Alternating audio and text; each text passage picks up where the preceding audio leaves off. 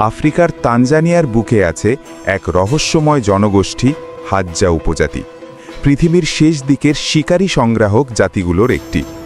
আধুনিকতার ছোঁয়া তাদের জীবনকে এখনও স্পর্শ করতে পারেনি।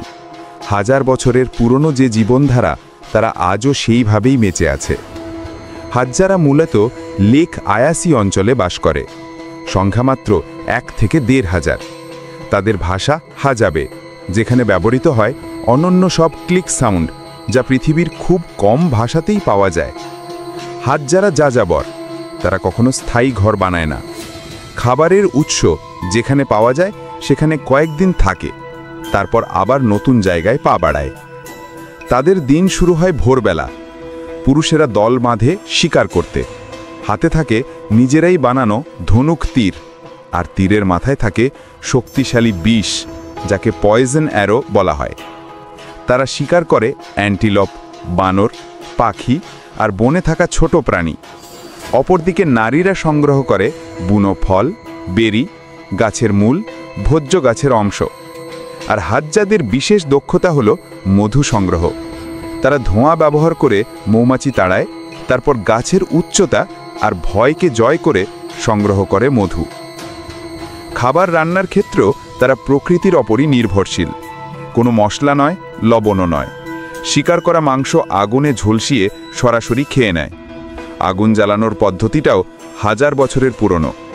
কাঠ ঘষে ঘষে আগুন তৈরি করা। আধুনিক যন্ত্রপাতির কোনো ব্যবহার নেই। তাদের সমাজ ব্যবস্থা অত্যন্ত সহজ। কোনো নেতা নেই, রাজা নেই, সবাই সমান। সিদ্ধান্ত নেয় সবাই মিলে। পুরুষেরা শিকার করে, কিন্তু নারী কিংবা শিশুর ভূমিকা কখনোই ছোট নয়। তারা দল বেঁধে কাজ করে, দল বেঁধে উৎসব পালন করে।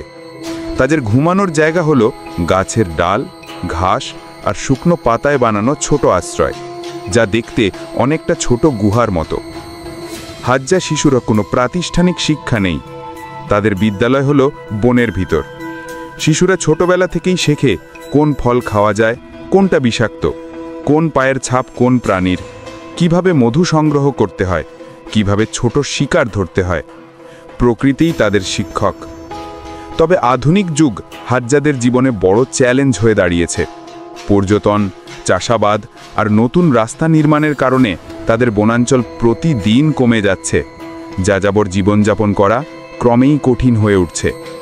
তবুও তারা তাদের ঐতিহ্য ধরে রাখার চেষ্টা করছে, যতটা সম্ভব প্রকৃতির সঙ্গে মিশে বেঁচে থাকার চেষ্টা। হাজ্জা উপজাতি আমাদের মনে করিয়ে দেয় মানব জাতির শিকড় কোথায় ছিল। সহজ জীবন, প্রকৃতির প্রতি শ্রদ্ধা আর প্রয়োজনের বেশি কিছু না নেওয়া, এটাই তাদের জীবনধারা। হয়তো পৃথিবীর সবচেয়ে স্বাধীন মানুষ তারাই, যারা প্রকৃতির সঙ্গে শান্তিতে হাজার বছরের ঐতিহ্য বুকে নিয়ে এখনও বেঁচে আছে।